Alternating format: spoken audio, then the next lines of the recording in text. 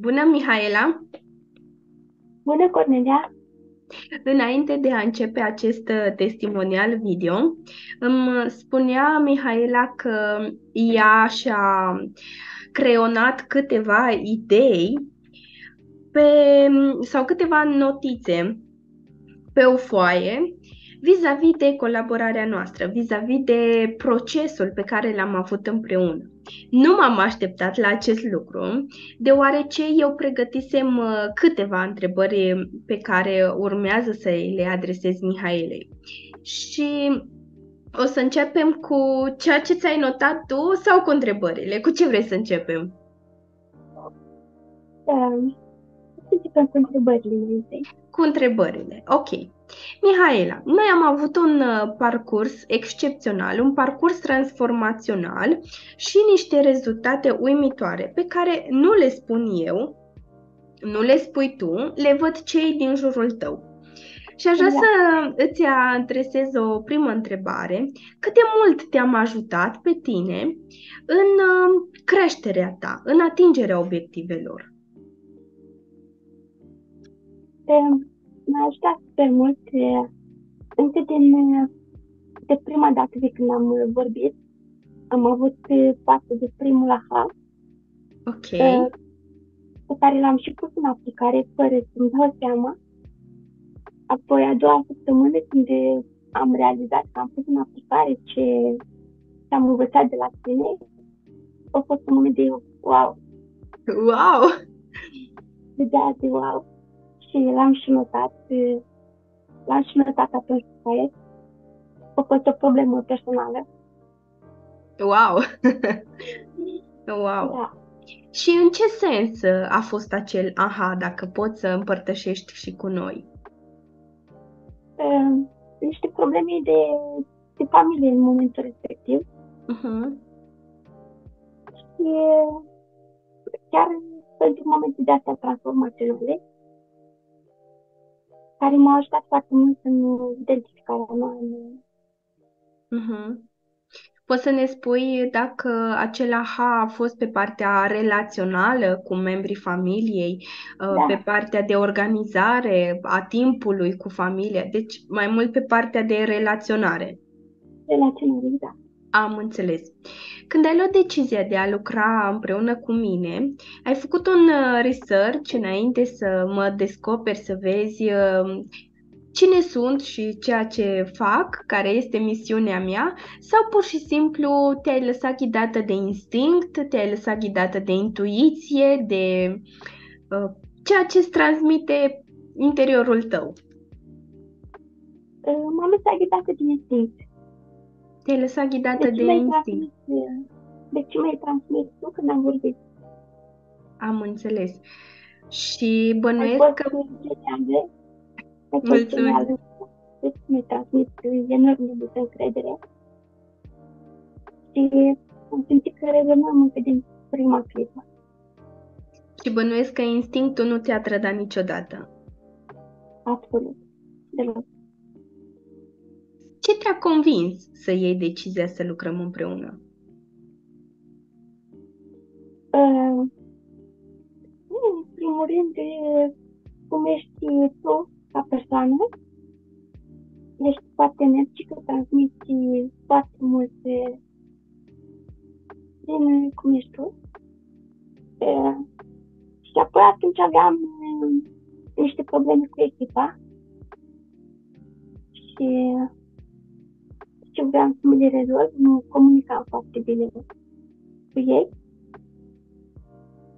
și asta am făcut să lucrez bine.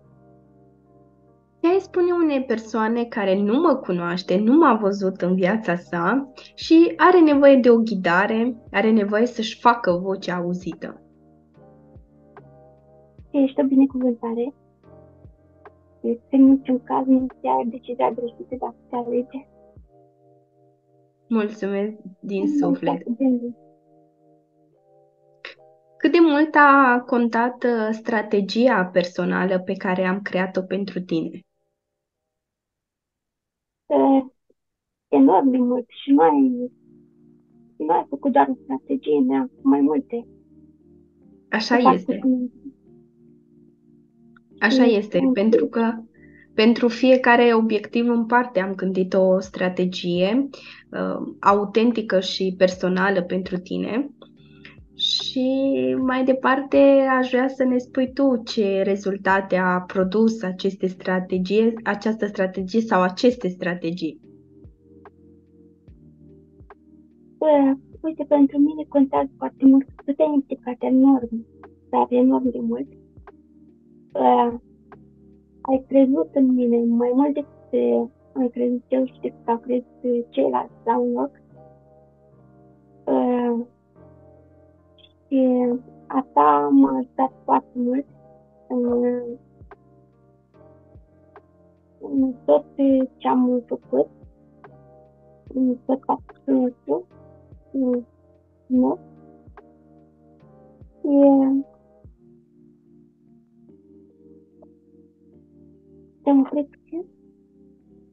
Cât de autentică crezi că am fost în crearea acestei strategii? Mulți consideră că pentru a crește sau pentru a avea succes, e nevoie să preluăm ideile altor persoane, informațiile, strategiile. Cum ai simțit tu colaborarea cu mine ca fiind una autentică sau ai simțit că împărtășesc cu tine niște informații preluate de la altcineva? Nu ai fost 100% autentică, ai fost o mine 100% autentică. Ok, Deci ai fost super autentică. super autentică, super.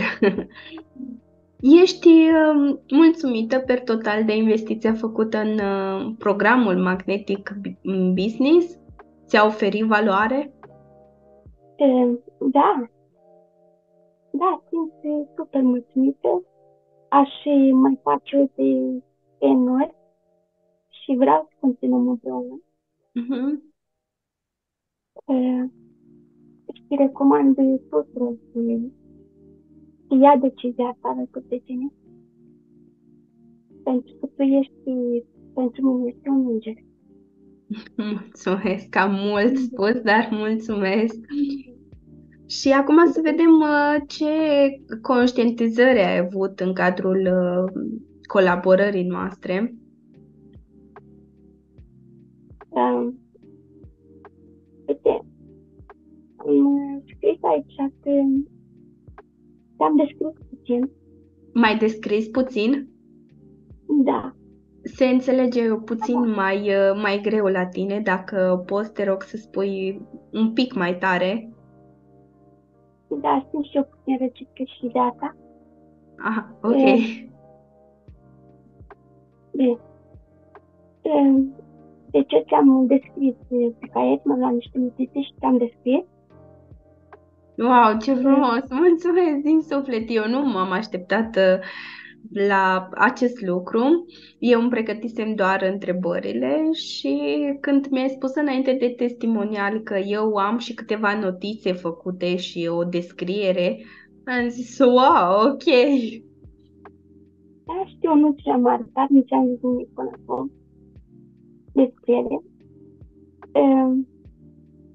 Poți citesc, da? Te rog! Ce-am scris. Ok. Deci, ești magic în tot ceea ce faci și creezi. Ești o adevărată binecuvântare și ne schimbi vieți, la fel ca și mine. David te adoră și îți mulțumește chiar și el pentru programul nostru special de timp petrecut împreună doar pentru noi. Super! David fiind fiul tău. David fiind fiul meu. Pentru cine nu știe, eu am pierdut mult timp cu David și nu m-ai ajutat să realizez că am pierdut acest timp și petrec sâmbătă și duminica doar și eu, doar noi doi. Mhm. Și avem 3 ore pe zi, doar noi doi, fără telefon. Wow! Deci 3 ore în familie, mamă, fiu, petrecute duminica, ceea ce înainte, cum spuneai Nu și știu, tu, nu era, nu se întâmpla. da, da. Transmiți o energie pozitivă și ai un vibe fantastic încât nimeni nu poate fi trist în prezența ta. Wow, De deci multe nimeni nu poate fi trist în prezența mea. Ce-i drept că și răcită fiind, tot zâmbitoare și sociabilă și chiar dacă am rămas aparent fără voce, eu în continuare transmit toată bunătatea și toată energia din lume. exact. De multe ori mi se întâmplă să intru în sesiuni cu tine fiind cu probleme acasă, curate, dar după aceea când vedeam ce energie ai tu, ce vibe îmi transmiți și îmi trecea totul. Deci vibe-ul meu este contagios. Foarte. Mă bucur să aud asta. Te implici, ne susții foarte mult în fiecare proiect, tot sufletul și nu te lași până nu obținem rezultatele dorite. O, da, asta e adevărat. Nu mă las până când, nu știu, nu se aliniază planetele. Deci trebuie să se alineze, uite așa, uite așa. Exact. Ne aduci claritate. Uh-huh.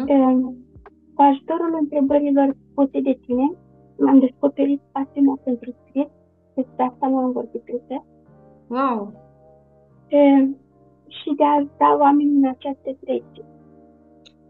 Deci întrebările pe care eu ți le-am adresat ți-au oferit claritate vis-a-vis de pasiuni și țin să menționez că din aceste pasiuni ai ajuns să închei colaborări.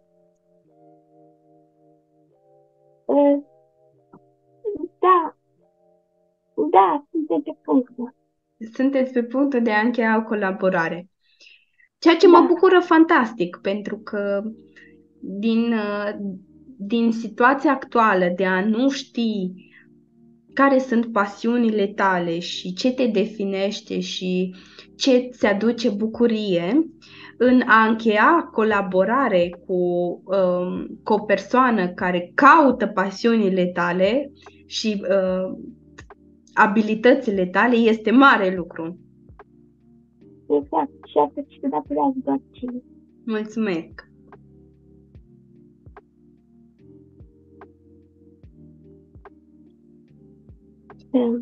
Așa, am mai scris una dintre cele mai mari realizări ale mele, dar și printre cele mai importante decizii, a fost să fac dezvoltare personală și profesională alături de tine. Deci cea mai importantă decizie pe care ai luat-o a fost să intri în programul Magnetic Business, care aduce atât dezvoltare personală cât și dezvoltare profesională. Iată, în cazul tău, și o mai bună relaționare în familie cu propriul fiu, dar și o încredere de sine care aparent era în dezvoltare. Da, am început să mă cunosc și eu pe mine mult mai bine. Am învățat lucruri despre mine ce nu le știam. Super! Am încredere în mine acum mai mult decât aveam înainte. Și se simte și sunt sigură că și ceilalți din jurul tău au observat schimbările tale. Da, exact. Am început să fac Zoom-uri cu echipa, lucruri ce nu le făceam înainte. Apeluri de vânzare cu potențial clienți. Da, exact. Da! Uite, acum ți-ai adus aminte, da! Ceea ce înainte era doar o închipuire că s-ar putea întâmpla asta. Înainte era ce să fac, ce trebuie să spun, cum. Ce trebuie să spun, Cornelia? Ce trebuie? Da, mai ales țin minte acum că am avut o discuție vis-a-vis de preț. Dacă omul mă întreabă care este tariful pentru serviciile mele, eu ce să-i răspund? Eu, dacă la prima întâlnire sau apel de consultanță, omul îmi adresează din start această întrebare, eu cum mai duc în continuare discuția? Și chiar asta ți s-a întâmplat. Da. Acum nu mai am această problemă. Acum nu mai e această problemă și sunt sigură că și în viitoarele colaborări știi cum să manageriezi această discuție, știi ce întrebări să pui, pentru că puterea întrebărilor este absolut fabuloasă, această putere.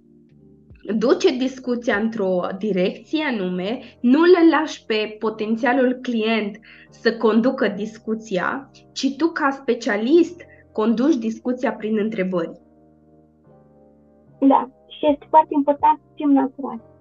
Exact. Este foarte important să fim naturali și să transmitem din ceea ce suntem. Și când știm că nu ne descurcăm cu ceva, le zicem. Exact. În domeniul ăsta nu mă descurc și nu pot să mă bat. Așa este, să ne păstrăm autenticitatea, transparența și realismul până la urmă. Mihaela, dacă mai ai ceva de împărtășit cu noi? Da, deci am mai scris aici că ești o adevărată binecuvântare, lucruri ce le-am mai spus.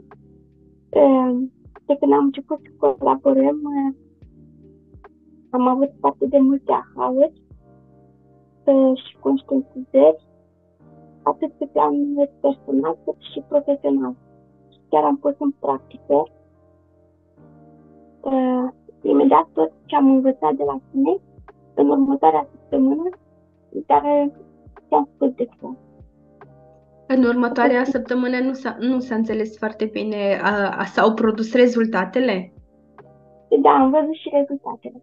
Ai văzut și rezultatele. Super. Da. Asta a fost și intenția mea, să generăm rezultate și nu rezultate în 3, 6 luni, un an de zile, ci rezultate cât se poate de repede. Și după cum ai afirmat și tu, vedeai rezultatele după o săptămână sau chiar după o sesiune avută. Da, exact. Chiar după o sesiune. Mulțumesc din suflet! Și eu îți mulțumesc enorm de mult!